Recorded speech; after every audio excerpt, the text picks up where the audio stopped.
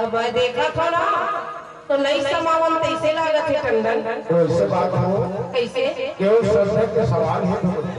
अब जेकर तन में श्रद्धा नहीं वो जगन्नाथ के कुम्हार में जाना दसते कैसे ना रहा है? कुम्हार हर जगन्नाथ पर रहे हो कहे क्या भगवती का कहा? हाँ सोचा हो बोल हो परिहार जो हो भगवती हाँ वो कुम्हार हमारे पूर्ण ठुठो भगवान को दर्शन नहीं कैसे सही बात है।